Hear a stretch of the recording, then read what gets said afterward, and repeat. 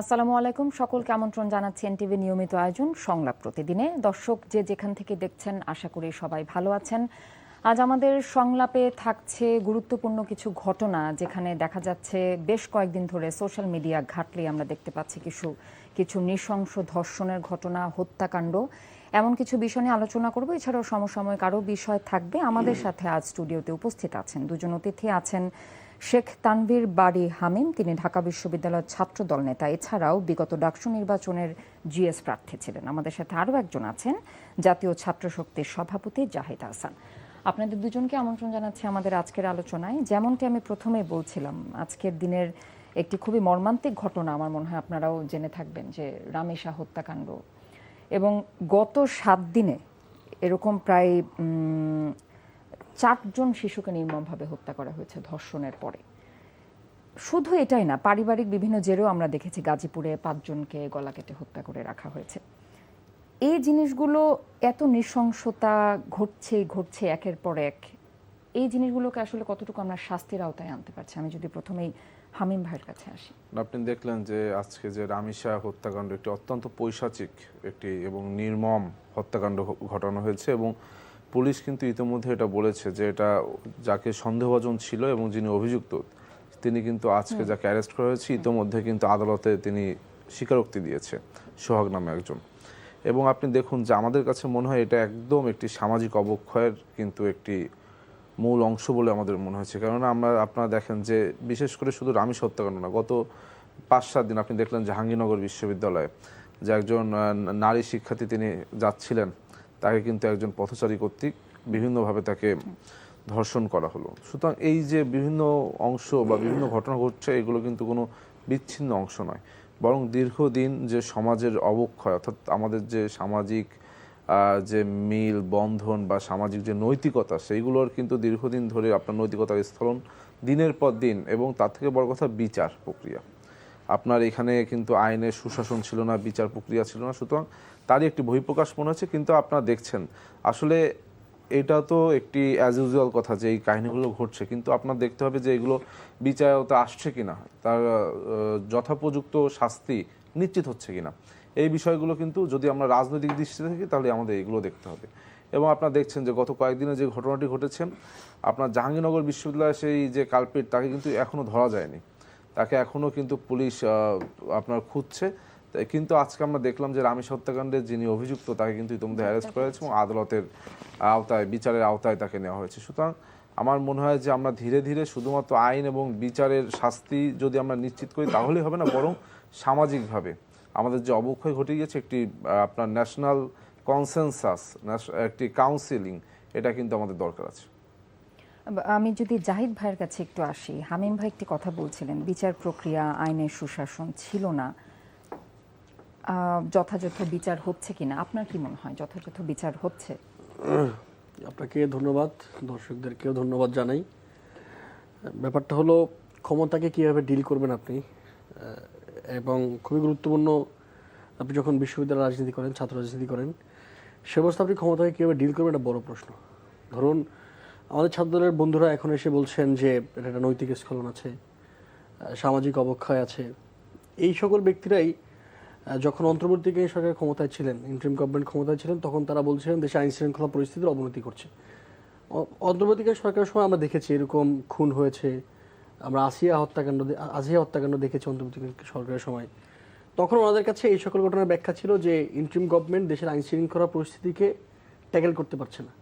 সে একই ব্যক্তিদের কাছে জাস্ট 12ই ফেব্রুয়ারি একটা ইলেকশনের ইভেন্টের পরে এসব কিছু হয়ে যায় সামাজিক অবক্ষয়। তো এই সামাজিক অবক্ষয়কে সামনে রেখে, সামাজিক অবক্ষয়ে ঘাড়ে বন্দুক রেখে দেশের যে আইন শৃঙ্খলা রক্ষাকারী বাহিনীর অবস্থা নাজুক, পরিস্থিতি নাজুক, এবং স্বরাষ্ট্রমন্ত্রী যে পুরোপুরি ব্যর্থ, এটাকে ঢাকার একটা অপপ্রচেষ্টা চলতেছে। এটা ঠিক না। অন্তর্বর্তীকালীন সরকারের সময়ও যেগুলো হয়েছে সেগুলো অন্তর্বর্তীকালীন সরকারের সময় যে স্বরাষ্ট্র উপদেষ্টা ছিলেন জনাব জাহাঙ্গীর আলম সাহেব, তিনি পুরোপুরি রকম ব্যর্থ ছিলেন। একই রকমভাবে এখন যে স্বরাষ্ট্রমন্ত্রী আছেন, আমরা কিন্তু অন্তর্বর্তী সরকারের সময় অনেক মব আমি বলছি যে জাহাঙ্গীর আলম সাহেব এগুলো থামাইতে ব্যর্থ ছিলেন। একই রকমভাবে সাউদ্দিন আহমেদ সাহেব ব্যর্থ। ধরেন স্বরাষ্ট্র যখন অন্তর্বর্তীকালীন সরকার ক্ষমতা ছিল তখন আমরা দেখেছি মাজারে হামলা হয়েছে, মাজার থেকে লাশ উঠায় পুড়ায় ফেলা হয়েছে। একই জিনিস কুষ্টিয়াতে হলো, মাজারে হামলা করা হলো, সেখানে যিনি পীর তাকে পিটায় মেরে ফেলা হলো। একই রকমভাবে আপনি দেখলেন শাহালদির মাজারে হামলা হলো, গত 7 দিনে 4টা শিশুকে, শুধুমাত্র 4জন শিশুকে ধর্ষণ করে হত্যা করা হলো।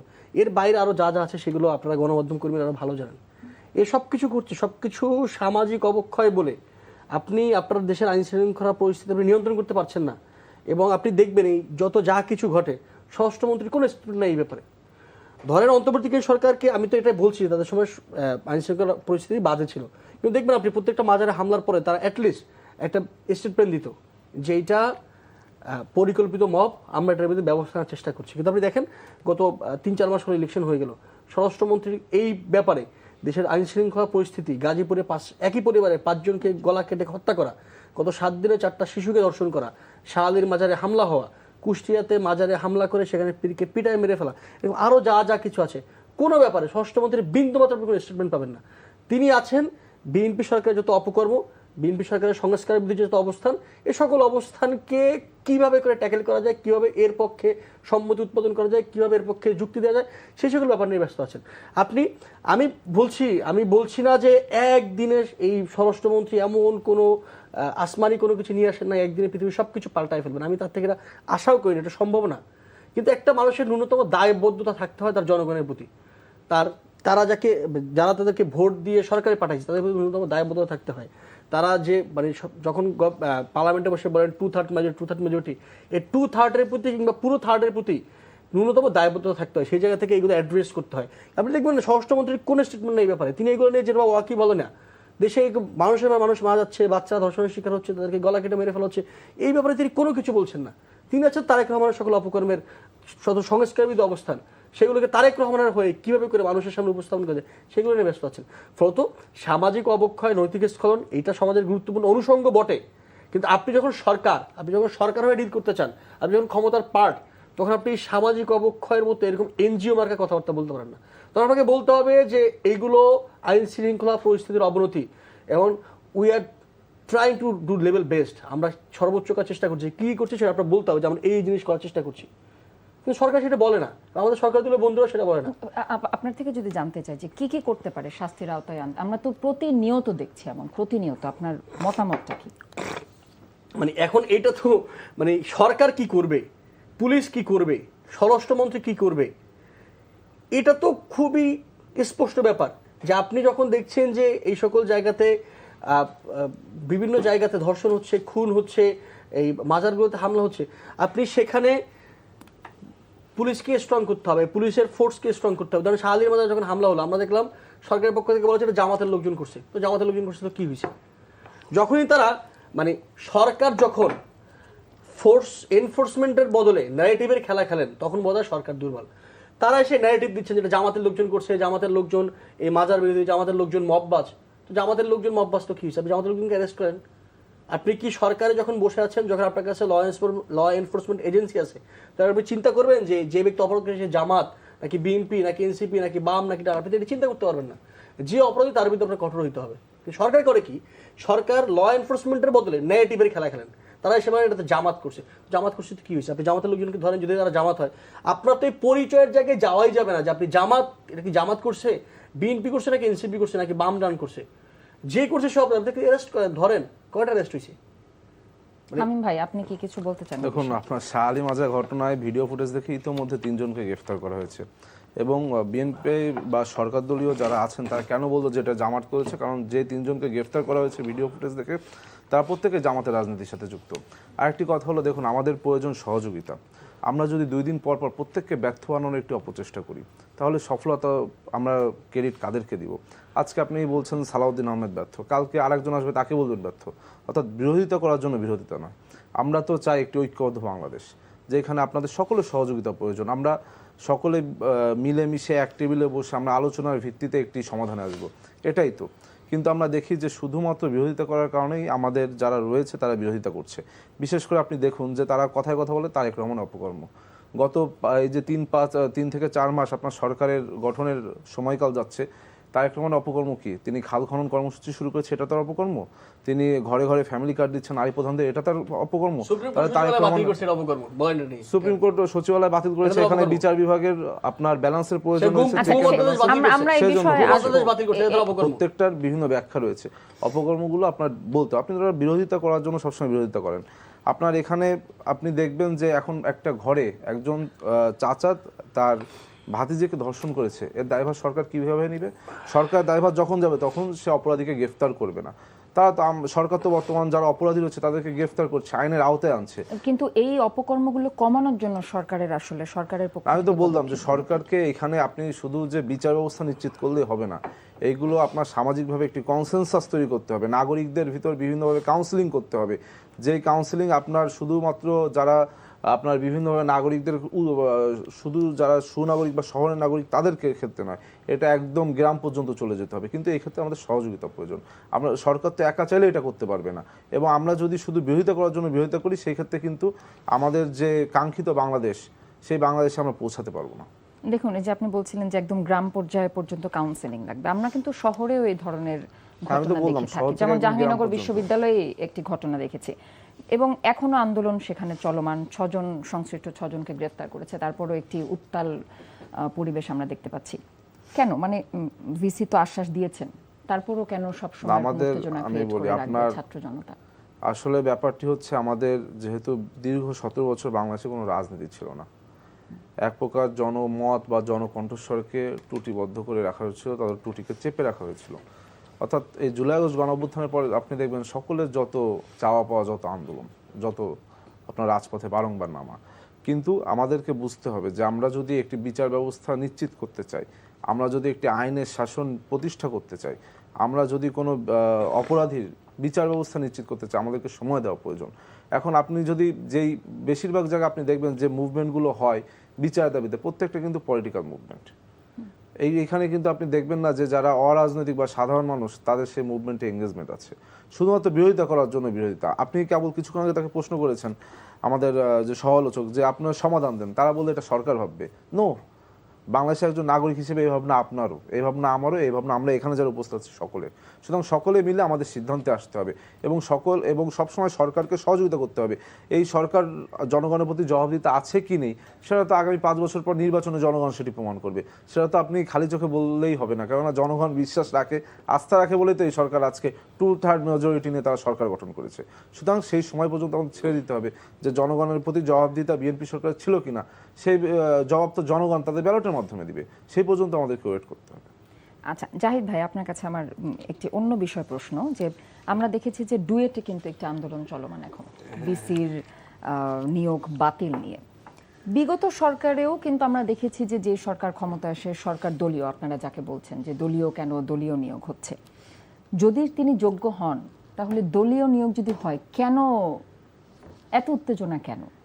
না, আমি এখানে যাব, আমি একটু উত্তর দিয়ে আমার খুব হাসি অবশ্যই পাচ্ছে। অবশ্যই অবশ্যই। সেটা হলো, আমাদের ছাত্রদলের আমাদের বন্ধু হামিম বলছেন যে আমাদের সহযোগিতা করতে হবে। অন্তর্বর্তীকালীন সরকার একটা জাতীয় ঐক্যমতের সরকার ছিল, সেখানে সবাই তাদের প্রতিনিধি লোকজন দিয়ে সরকার গঠন। তাহলে ভোটটা কি জাতীয় ঐক্যমতে হয় না? সেটা হচ্ছে সেই সরকারকে কিভাবে সহযোগিতা করছে বিএনপি, সেটা একটু আমি 2টা নমুনা বলে আপনার ওই ডুয়েটের আলোচনায় যাব। তো আমি একটু, নয়তো আমার হাসি থামবে না আর কি। সেটা হলো, অন্তর্বর্তীকালীন সরকারের একজন উপদেষ্টা ছিলেন জনাব মাহফুজ আলম, যিনি গণঅভ্যুত্থানের যারা নেতৃত্ব দিয়েছেন তাদের একজন। তার নামে স্লোগান দেওয়া হয়েছে তার বাড়ির সামনে গিয়ে, যুবদলের এক নেতা, যে মাহফুজ একটি ব্যাঙের নাম, আসিফ একটি সান্ডার নাম। এই ছিল তাদের সহযোগিতা। আমার এখন হাসি পায়, তারা এখন এসে আমার সহযোগিতার বুলি উড়াচ্ছেন। আসিফ মাহমুদের ছবিকে এই যে গুলিস্তানে আমাদের পাশে ছবি টানায়, ছবির উপরে ওই যে কিছু একটা সেট করে জুতা মারা হয়েছে। কারণ কি? তিনি ইশরাককে অবৈধ মেয়র হিসেবে নমিনেট করেন নাই। এইরকম করছেন, একজনের বাড়ির সামনে গিয়ে মব করছেন। এই যুবদলের এই যে নেতা নয়ন, আপনারা তার বাড়ির সামনে গিয়ে মব করছেন, তাদের নামে উল্টাপাল্টা স্লোগান দিচ্ছেন, তাদের ছবির উপর জুতা মারছেন। হ্যাঁ, এখন এসে বলতেছে যে সহযোগিতা করেন না কেন। মানে আমরা সহযোগিতা রাজি আছি, কোনো সমস্যা নেই, কিন্তু যে সকল ব্যক্তিরা এখন সহযোগিতার নাম বলছেন, দায় এড়াচ্ছেন, যেনবা এনসিপির স্বরাষ্ট্রমন্ত্রীটা বিএনপির নয়। প্রথমত এখানে আইন প্রমাণ করতে হবে এনসিপির, আইনের বিচার নিশ্চিত করতে হবে এনসিপির। আমি জাস্ট দেখাইলাম যে তাদের সহযোগিতার কি স্বরাষ্ট্রমন্ত্রী তো আসলে সবার, সবারই। সহযোগিতা না, ঠিক আছে সবার, কিন্তু দলীয় পরিচয় তো আর এনসিপি না, দলীয় পরিচয় তো বিএনপি। খুব স্বাভাবিক, আবার যেহেতু আমাদের BNP বন্ধু বললেন ক্ষমতায় যে এসেছে। জাহাঙ্গীরনগরে যারা আন্দোলন করছে এটা সবার পলিটিক্যাল মোটিভ আছে। এটা আমি মনে করি এই বক্তব্যের মাধ্যমে জাহাঙ্গীরনগরের যারা মহিলা শিক্ষার্থী আছেন, নারী শিক্ষার্থীদেরকে অপমান করছেন উনি। আপনি দেখবেন যেদিন এই ধর্ষণ চেষ্টাটি হয় জাহাঙ্গীরনগরে, মেবি তার পরের দিন রাতে জাহাঙ্গীরনগরে প্রায় সকল মেয়েরা নেমে আসছে। হ্যাঁ, সেখানে আমাদের দলের মেয়েরাও আছে, ছাত্র দলের মেয়েরা ছিল, ছাত্র শক্তির মেয়েরা ছিল, বামপন্থীরা ছিল, এই যে ছাত্রী সংস্থার মেয়েরা ছিল। কিন্তু সবাইকে আপনি তো এখানে পলিটিক্যাল মোটিভওয়ালা বলতে পারেন না। তারা তাদের বোনের উপরে যে অত্যাচার হয়েছে, নিপীড়ন হয়েছে, জন্য গিয়েছেন। আমি জাহাঙ্গীরনগর শুধু সবাইকে আপনি পলিটিক্যাল মোটিভওয়ালা, সবাই সরকারের বিরোধিতা করবারই একটা চেষ্টা আছে, এইটা বলে তাদের মোটিভকে আপনি অপমান করতে পারেন না। আসেন ডুয়েটের ঘটনায় যাই। শুধু ডুয়েট না, আমি শুধু ডুয়েট দিয়ে আলোচনাটাকে সীমাবদ্ধ বা সংকুচিত করতে চাই না। ব্যাপারটি হলো, জনাব তারেক রহমান ঢাকা বিশ্ববিদ্যালয়ে গিয়ে বলেছেন যে আমরা কোনো দলীয় ভিসি নিয়োগ দিতে চাই না। খুবই ভালো জেস্টার। শুধু এইটা না, গত 3-4 মাসে ইলেকশনের পরে তারেক রহমান সাহেবের পিআর এবং জেস্টার সাংঘাতিক ভালো, এটা আমরা তার প্রশংসা করি। তার পিআর টিম খুবই ভালো। কিন্তু তিনি যখন এই কথাটি বলছেন যে কোনো দলীয় ভিসি নিয়োগ দেওয়া যাবে না, তখন তার পাশে ঢাকা বিশ্ববিদ্যালয়ের ভিসি স্যার বসাচ্ছিলেন। তারাও একটা ভিন্ন একটা পরিচয় আছে। তিনি বিএনপির শিক্ষা বিষয়ক সম্পাদক, এবং আমরা দেখেছি 12 ফেব্রুয়ারি ইলেকশনের আগে তিনি বিএনপির হয়ে যে মিছিল করা, ভোট চেয়ে মিছিল করা, সেই মিছিলে অংশগ্রহণ করছেন। এটা তো সমস্যা নাই, মানুষ রাজনৈতিক হতেই পারে। সুতরাং রাজনৈতিক হলেই সে ভিসি হতে পারবে না, এটাকে প্রতিবন্ধকতা মনে করি না। কিন্তু মজার বিষয়টা হয়েছে কুয়েটে, খুলনায়। হালিমের বাড়ি খুলনাতে, এই জন্য আমি একটু খুলনায় যাই, বন্ধুর বাড়ি ঘুরে আসি। খুলনায় কুয়েটে যাকে ভিসি নিয়োগ দেওয়া হলো, সেই ব্যক্তির আমলনামা কি? সেই ব্যক্তির আমলনামা হচ্ছে এর আগে তিনি ওই কুয়েটে আরেকবার ভিসি ছিলেন। ভিসি থাকা অবস্থায় তিনি কী করছেন? বহিরাগত বিএনপি এবং যুবদলের সন্ত্রাসীদেরকে ক্যাম্পাসে ঢুকায় ছাত্রদেরকে মার খাওয়াচ্ছেন। এখন আপনি বলতে পারেন এই ছাত্ররা শিবির, হালিমরা বলবে এটা যে এই ছাত্ররা শিবির বা এই ছাত্ররা বৈষম্যী ছাত্র তখনকার, বা ছাত্র শক্তি হইতেই পারে। আপনি একজন শিবির হইলে, ছাত্র শক্তি হইলে, বৈষম্যী ছাত্র আন্দোলন হইলে, বামপন্থী হইলে আপনি তাকে ধরে মারতে পারবেন? আপনার এই লাইসেন্স কে দিচ্ছে? এই গুন্ডামি করার লাইসেন্স আপনাকে কে দিচ্ছে? যাকে মারল। এরপরে বিশ্ববিদ্যালয়ের আইটি থেকে, বিশ্ববিদ্যালয়ের আইটি সেক্টর থেকে ছাত্রদের নাম পরিচয় দেওয়া হয়েছে, সেই নাম পরিচয়ের ভিত্তিতে মামলা করা হয়েছে সেই ভিসির আমলে। সেই ভিসির পদত্যাগ চেয়ে যারা আন্দোলন করছিল তাদেরকে বিশ্ববিদ্যালয় থেকে বহিষ্কার করা হয়েছে। সেই ভিসি যখন আন্দোলন চলে ক্যাম্পাসে, তখন হলের সকল ইউটিলিটি, পানি, বিদ্যুৎ সবকিছু সংযোগ বিচ্ছিন্ন করা হয়েছে। ছাত্ররা অনশন করেছেন, তখন ইউজিসির প্রতিনিধিরা, তখনকার যিনি শিক্ষা উপদেষ্টা ছিলেন ডক্টর সিআর আবরার সাহেব, তারা গিয়ে ছাত্রদেরকে অনশন ভাঙিয়েছেন। সেই ভিসিকে তখন ছাত্রদের আন্দোলনের মাধ্যমে পদত্যাগ করানো হয়েছে। বিএনপি সেই ভিসিকে আরেকবার নিয়োগ দিয়েছে। এগুলো নিপীড়ক, ছাত্রদের উপর অত্যাচারকারী, হামলায় প্রণোদনকারী, ছাত্রদের তথ্য, এটা প্রাইভেসি লঙ্ঘন। আপনার বিশ্ববিদ্যালয়ে, আমি যখন বিশ্ববিদ্যালয়ে ভর্তি হয়েছি, আমি আমার বাপ দাদা 14 গোষ্ঠীর সকল পরিচয় দিয়েছি। এটা বিশ্ববিদ্যালয়ের ভিসি বহু কিছু হয়ে যাওয়ার পরেও এটা আরেকজন ব্যক্তিকে হস্তান্তর করতে পারে। হামিম ভাই কিছু কি বলবেন? আমি শেষ করি, আমি তো শেষ করিনি। তো এরকম একজন ব্যক্তিকে কুয়েটের ভিসি বানানো হয়েছে, কারণ কি? তিনি বিএনপির লোক। ডুয়েটে যেটা হয়েছে, ডুয়েটে একজনকে ভিসি বানানো হয়েছে, ছাত্ররা তার বিরুদ্ধে আন্দোলন করছেন। এখন এই ছাত্রদের রাজনৈতিক পরিচয় থাকতে পারে, নাও থাকতে পারে। এখানে সাধারণ শিক্ষার্থীও না, আমি ধরে নিলাম, আপনি তো যেহেতু বলছেন যে যদি কেউ রাজনৈতিক পরিচয়ধারী হয়, সে তো ভিসি হওয়া থেকে বঞ্চিত হতে পারে না। একই রকম ভাবে কেউ যদি রাজনৈতিক পরিচয়ধারী হয়, তার যদি রাজনৈতিক পরিচয় থাকে, তাহলে তাকে আপনি কোনো রকমের দাবি থেকে বাদ দিয়ে দিবেন, বা সে কোনো দাবি তুললে সেটাকে অনার্য বলবেন, এটাও হইতে পারে না। সেখানে ধরে নিলাম যারা পলিটিক্যাল তারাই ছিল, বা পলিটিক্যালটাও ছিল, তারা একটা দাবি করছে, দাবিটা যৌক্তিক অযৌক্তিক যে কোনো কিছু হইতে পারে যে এই ভিসি ডুয়েট ক্যাম্পাসের জন্য ভালো, কিন্তু তাই বলে ছাত্ররা দাবি করতে পারবে না। একদিন ছাত্র যদি দাবি করে, সেই দাবিটা আপনার আমলে নিতে হবে। হলো কি, ক্যাম্পাসে আন্দোলন চলতেছে, বাইরে বিএনপি আর যুবদলের সন্ত্রাসীরা বাইরে থেকে গিয়ে অ্যাটাক করছেন ছাত্রদেরকে, 12-14 জন ছাত্রকে হামলা করছেন, মাথা ফাটাই দিচ্ছেন। এটা তো গুন্ডামি। এবং এখন ব্যাপারটা হচ্ছে, যদি ওই ব্যক্তি বিএনপির না হন, তাহলে তার পক্ষে লোকাল গুন্ডারা কেন গেল? আবার প্রত্যেক গুন্ডাকে 10-12 জন গুন্ডাকে লিড করার একজন বড় গুন্ডা থাকে, সেই বড় গুন্ডাটা হচ্ছে ভিসি, যে সকল লোকাল গুন্ডাকে পালেন।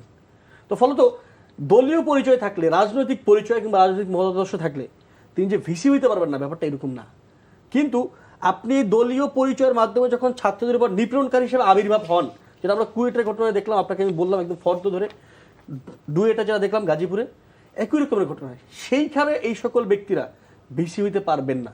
যেমনটা আমরা দেখেছিলাম 17 জেলায় হামিমও ছিল ক্যাম্পাসে, আমাদের উপরে র্যাব, বিজিবি, পুলিশ যৌথ বাহিনীতে হামলা করা হয়েছিল। কার নির্দেশে? তখনকার ভিসি মাকসুদ কামালের। মাকসুদ কামাল রাজনৈতিক ছিল, শুধু রাজনৈতিক ছিল না, সে একজন নির্যাতনকারী ছিল। সুতরাং ওই রকম নির্যাতনকারী দলীয় লোক হলে সেইখানে আমাদের কথা আছে। হামিম ভাইয়ের সাথে কথা বলতে চেয়েছিলাম কুয়েটের যে বিষয়টি জাহিদ ভাই বলছিলেন সেটা নিয়ে আপনার এখানে কিছু বলার আছে না কিনা? দেখুন, কুয়েটের যে ভিসির কথা বললেন, তৎকালীন সময়ে এই ভিসিকে সরানোর জন্য বিভিন্ন ধরনের আন্দোলন সংগ্রাম হয়েছিল এবং এক প্রকার আপনার একটি মবতন্ত্র কায়েম করে সেই সময় কিন্তু আপনার কুয়েটের বিভিন্ন শিক্ষার্থীদের উপর হামলা করা হয়েছে। সেখানে কিন্তু আপনার ওই কুয়েটের বিভিন্ন শিক্ষার্থী, সাধারণ শিক্ষার্থী নামে ছাত্র শিবিরের নেতৃবৃন্দ সেখানে হামলা করেছিল। তার থেকে বড় কথা উনি বললেন যে তৎকালীন সময় নাকি ছাত্র দলের ছেলেরা হামলা করেছে এবং যাদের উপর হামলা করেছে, যারা বিচার চেয়েছে তাদেরকে নাকি বহিষ্কার করা হয়েছে। কিন্তু আমাদের ছাত্র দলের যেই ছেলেটি সেখানে আক্রান্ত হয়েছিল, তার নাম ইফাস, তাকেও কিন্তু বিশ্ববিদ্যালয় প্রশাসন, এই মাসুদ স্যারের যে আপনার হচ্ছে বিশ্ববিদ্যালয় প্রশাসন ছিলেন, তিনি কিন্তু বহিষ্কার করে গিয়েছেন। সুতরাং এখন যদি ওই ভিসিকে নিয়ে এতই সমস্যা থাকে, হামলা কি শিবির করছে? ওইখানে কারা করেছে হামলা? মানে ওইখানে হামলাটা সূত্রপাত হয়েছে কিভাবে? ওইখানে আপনার স্থানীয়, ওইখানে আমাদের ছাত্র দলের 4 থেকে 5টি ছেলে হেঁটে যাচ্ছিল। সেইখানে ক্যাম্পাসে ছাত্র রাজনীতি চায় না বলে আপনার ওই ক্যাম্পাসে যারা গুপ্ত শিবির তারা মিছিল করছিল। সেই মিছিল থেকে তাদেরকে প্রথম ধাওয়া দেওয়া হয়। ছাত্র দলের মাত্র 4টি ছেলে, তারা ক্লাস শেষ করে হেঁটে যাচ্ছিল। তাদেরকে যখন ধাওয়া দেওয়া হয়, তারা সেখানে একটি দোকানে যে আশ্রয় নেই, সেই স্থানীয় দোকানদারদের সামনে তাদেরকে যখন মারপিট করে, তখন স্থানীয় দোকানদাররা যখন এগিয়ে আসে, তাদের উপর সেই শিক্ষার্থী নামক যারা শিবির সন্ত্রাসী তারা হামলা চালিয়েছিল। তখন কিন্তু স্থানীয়দের সাথে আপনার কুয়েটের একটি সংঘর্ষের সূত্রপাত হয়। সেটিকে ওনারা পরবর্তীতে বলেছে এটা নাকি বিএনপি যুক্ত, কিন্তু এটা সম্পূর্ণ ছিল স্থানীয় যারা লোকজন তাদের ভার্সেস আপনার কুয়েটের সাথে একটি সম্পর্ক জড়িয়ে গিয়েছিল। তার থেকে বড় কথা, এখন যদি এই ভিসিকে নিয়ে এতই সমস্যা থাকে, এই ভিসির বিরুদ্ধে যখন নিয়োগ দেওয়া হলো তারপর তো কোনো প্রতিবাদ দেখলাম না, তারপর তো কোনো মিছিল দেখলাম না, কোনো মিটিং দেখলাম না। নিশ্চয়ই এই বর্তমান যারা কুয়েটের শিক্ষার্থী তারা এই ভিসিকে নিয়ে সন্তুষ্ট আছে বলেই তো এখানে কোনো ধরনের আন্দোলন সংগ্রাম কিছু হয়নি। কুয়েটের শিক্ষার্থীদের যেখানে সমস্যা নেই, সেখানে আমরা যদি ঢাকা থেকে বসে বলি এখানে সমস্যা আছে, তাহলে তো বিষয়গুলো আপনার প্রবলেম্যাটিক। আর একটা বিষয় হলো আপনার এই যে আপনার শুধু কুয়েটে, উনি বললেন যে তারেক রহমান সাহেবের পিআর অনেক ভালো, তিনি নাকি দলীয় একজন ভিসিকে পাশে নিয়ে বলেছেন যে আমরা দলীয় ভিসি নিয়োগ দিতে চাই না। উনি এটা দ্বারা বুঝিয়েছে যে দলবাদ যারা ভিসি রয়েছেন, অর্থাৎ আপনার একজন ভিসি বা একজন শিক্ষক বা একজন ছাত্র বা মানুষের রাজনৈতিক পরিচয় থাকতেই পারে, কিন্তু তিনি যখন একটি দায়িত্বের চেয়ারে অধিষ্ঠিত হবেন, তিনি যেন কোনো দলের পারপাস সার্ভ না করে। এখন একজন মানুষ, তার তো রাজনৈতিক পরিচয় থাকবে। এখন আপনার প্রত্যেক মানুষ ম্যান ইজ পলিটিক্যাল। এখানে তো এমন না যে ভিসি সাধারণ ভিসি হিসেবে খ্যাত হবে। আপনারা দেখেছেন এই সাধারণ টার্মটি কিন্তু এখন একটু অসাধারণে রূপান্তরিত হয়েছে। যে কোনো আন্দোলন হলে আমরা পূর্বে দেখেছি সাধারণ সাধারণ সাধারণ, পরে দেখা গিয়েছে এই সাধারণ টার্নড ইনটু শিবির। সুতরাং এখন সাধারণ যে একটু তকমা রয়েছে, ছাত্রদল কোনো প্রোগ্রাম করে নাই ক্যাম্পাসে? না, ছাত্রদল কোনো প্রোগ্রাম করে না। ছাত্রদল যখনই করেছে সাংগঠনিকভাবে ব্যানারে করেছে। আপনি যেটা দেখাবেন সেটা হচ্ছে একটা আপনার করোনার সময় আমাদের ছাত্রদলের একজন সেখানে বক্তব্য দিতে গিয়েছিল শিক্ষার্থীদের আপনার একটি কর্মসূচিতে। সেটি করোনার সময়, কোভিডের সময়ের কথা। তাহলে সেটাই তো বলেন, সেটা তো ছাত্রদলের ছেলেমেয়েরা করেনি, সেটা স্টুডেন্টসদের অর্গানাইজিং একটি প্রোগ্রাম ছিল, সেখানে ছাত্রদলের ছেলেরা আপনার জয়েন করেছে। একজন আর অনেকজন ছিল। আমার একটা ছোট্ট বিষয় ছিল, যেহেতু সময় অল্প, দেখুন বিচার বিভাগ নিয়ে বেশ গতকাল একটি এসেছে যে বিচার বিভাগ পৃথকীকরণ অন্তর্বর্তী সরকার করেছিলেন, সেটার অধ্যাদেশ বাতিল হলো এবং বিচার বিভাগে যেই কর্মকর্তারা ছিলেন তাদেরকে আইন মন্ত্রণালয়ে ফিরিয়ে আনা হলো। এটা নিয়ে আপনার কিছু বলার আছে কিনা? না, এখানে তো যে সিদ্ধান্তটি নেওয়া হয়েছে অত্যন্ত ওয়াইজ একটি সিদ্ধান্ত নেওয়া হয়েছে। কেননা আপনার যদি একমাত্র সম্পূর্ণ বিচারপতিদের কাছে সকল ক্ষমতা চলে যায়, আগে কিন্তু সরকার এবং সুপ্রিম কোর্ট তাদের ভেতর একটি আপনার ভারসাম্য ছিল। এখানে বিচারপতি নিয়োগ থেকে শুরু করে আপনার সকল প্রক্রিয়া আগে বলতে স্বাধীনতা পরবর্তী সময় থেকে আপনার যে বিচারিক প্রক্রিয়া, সেখানে যদি শুধু বিচারপতিদের হাতে ক্ষমতা চলে যায়, সেই ক্ষেত্রে কিন্তু আপনার এক ধরনের এইখান থেকেই তো স্বৈরতন্ত্র আপনার উদ্ভব হবে। কিন্তু সরকার, গভর্নমেন্ট এবং আপনার বিচার বিভাগ এবং আইন মন্ত্রণালয় যখন যৌথ সমন্বয় থাকবে, তখন কিন্তু ইচ্ছা করলেই আপনার এইখানে কিন্তু একটি চেক অ্যান্ড ব্যালেন্স থাকবে। সুতরাং এই চেক অ্যান্ড ব্যালেন্স নষ্ট হতে পারে, এই আশঙ্কায় কিন্তু আপনার এই যে সুপ্রিম কোর্টের যে সচিবালয়, সেটিকে আপনার বিলুপ্ত করা হয়েছে। জাহিদ ভাই, আপনি যদি এই ব্যাপারে কিছু বলেন। না, ব্যাপারটা হলো যে সারা জীবন ধরে আমরা আমাদের ছোটবেলা থেকে, মানে আমরা বড় যখন হয়েছি তখন আওয়ামী লীগ সরকার ক্ষমতায় এসছে। আমি যখন ক্লাস 3-তে পড়ি তখন থেকে আওয়ামী লীগ সরকার ক্ষমতায় গেল 2 বছর আগে, যখন আমি অনার্স ফাইনাল ইয়ারে পড়ি।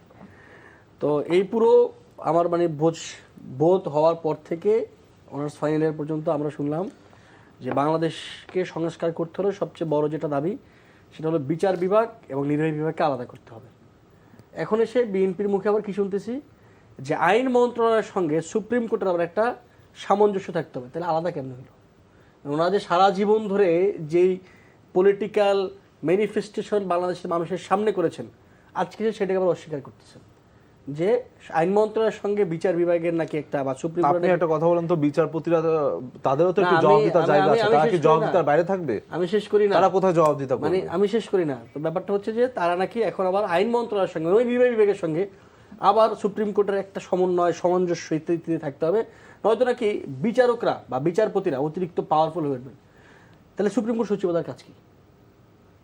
সুপ্রিম কোর্ট সচিবালয়ের কাজ কি? মানে বাংলাদেশের সচিবরা কার কাছে দায়বদ্ধ থাকেন? বাংলাদেশের সচিবরা কোন বিভাগের কাছে দায়বদ্ধ থাকেন? হামিম ভাই যেমনটি বলছিল এটি ওয়াইজ ডিসিশন, আপনি কেমন? মানে এটাই তো বললাম যে ওনারা পুরো গত 16-17 মানে আওয়ামী লীগ আমলে 16-17 বছর যা কিছু বেচা কেনা করছেন, মানে এটাকে বেচা, এটাকে আমি বাংলাদেশের গণমানুষের দাবি মনে করি নির্বাহী বিভাগ এবং বিচার বিভাগকে আলাদা করা। সেটা তো ওনারাও বলেছেন গত 16 বছর 17 বছর, বিএনপি বলেছেন, এখন এসে সেটাকে বলতেছেন যে এই মানে এটা তো পরস্পর বিরোধিতা। মানে ওনারা এই কথার মাধ্যমে ওনারা গত 16-17 বছর আওয়ামী লীগ আমলে 16-17 বছর যেটা বলছেন সেটাকে নিজেরা মিথ্যা প্রমাণ করছেন। মানে এইগুলো দেখলে একই সঙ্গে অট্টহাসি পায়, একই সঙ্গে কান্না পায়, এবং এটা দেখে মনে হয় যে আমার বন্ধু হাবিম যদি পলিটিশিয়ান না হয়ে খুব ভালো ফিকশন রাইটার হইতো, ভালো গল্প লিখতে পারতো। মানে কুয়েটের ঘটনায় যা যা কিছু বলছেন, আপনার মনে হয় সময় নেই, আমি বলতাম যে কুয়েটের ঘটনায় যা যা বলছেন এবং সুপ্রিম কোর্ট বিচারালয় নিয়ে যা কিছু বললেন, সচিবালয় নিয়ে যা কিছু বললেন, মনে হচ্ছে ওনার একদম ফিকশন রাইটার হলে ভালো হইতো। দেখেন, উনি বলছেন যে এখানে আইন মন্ত্রণালয়ের সঙ্গে যেহেতু সুপ্রিম কোর্টের বা বিচারকদের একটা সামঞ্জস্য থাকতে হবে। এখন দেখেন, তাইলে মাজদার হোসেনের যে রায় 1997-এর, তো সেই রায়ের কি হবে? সংবিধানের 22 অনুচ্ছেদের কি হবে? আবার সৈয়দ রেফাত আহমেদ সাবেক প্রধান বিচারপতি, অভ্যুত্থানের পরপরই যিনি প্রধান বিচারপতি হলেন, তিনি যে ভাষণ দিয়েছিলেন যে মাজদার হোসেনের সেই রায়কে, সেই ভার্ডিক্টকে আমাদের এখনই কাজে লাগানোর উপযুক্ত সময়, ফলত একটা সুপ্রিম কোর্ট সচিবালয় প্রণয়ন করতে হবে যার মাধ্যমে এই বিচার বিভাগকে পরিচালনা করা হবে। তো সেই সবের কি হবে? এখন না সে বলছেন এটা একটা ওয়াইজ ডিসিশন হয়েছে। এখন ওয়াইজ ডিসিশন হয়েছে কেন? কারণ হইতেছে যে কেন হামিম ভাই, কারণ হইতেছে আমি আমি তো বললাম যে এখানে চেক এন্ড ব্যালেন্সের একটা এনশিওরিটি প্রয়োজন ছিল এর জন্য। এটা হইতেছে যে কারণ আপনার আগামী সময় আমি এটা ভবিষ্যতে করে জায়গা আছে। রাখি, আমি এটা তো রেকর্ড থাকবে। এটা কেন করা হয়েছে সেটা বলি। সেটা হইতেছে যে সামনের সময়ে বিএনপি সকল অপকর্ম, সকল কিছুকে নির্বিচারে কোর্ট থেকে খালাস করতে হবে, এবং যারা আমরা বিরোধী দলীয় আছি আমাদেরকে বিনা অপরাধে গ্রেফতার করা হবে, সেই গ্রেফতারকে জামিন দেওয়া হবে না। এই জন্য এটা ওয়াইজ ডিসিশন। আমার মাঝে মধ্যে মনে হয় যে আমার এই যে এনসিপি বা জামাতের সাথে দর্শক, আমরা বিনা অপরাধে কেউই সাথে শাস্তি বসেছি। পাক এমনটি চাই না, সকলেই শাস্তির আওতায় আসুক এমনটি চাই, দলমত নির্বিশেষে। যে যেখান থেকে দেখছিলেন ভালো থাকুন, সুস্থ থাকুন, এনটিভির সাথেই থাকুন। আমার দুজন অতিথিকে অসংখ্য ধন্যবাদ সময় দেওয়ার জন্য। ভালো থাকবেন।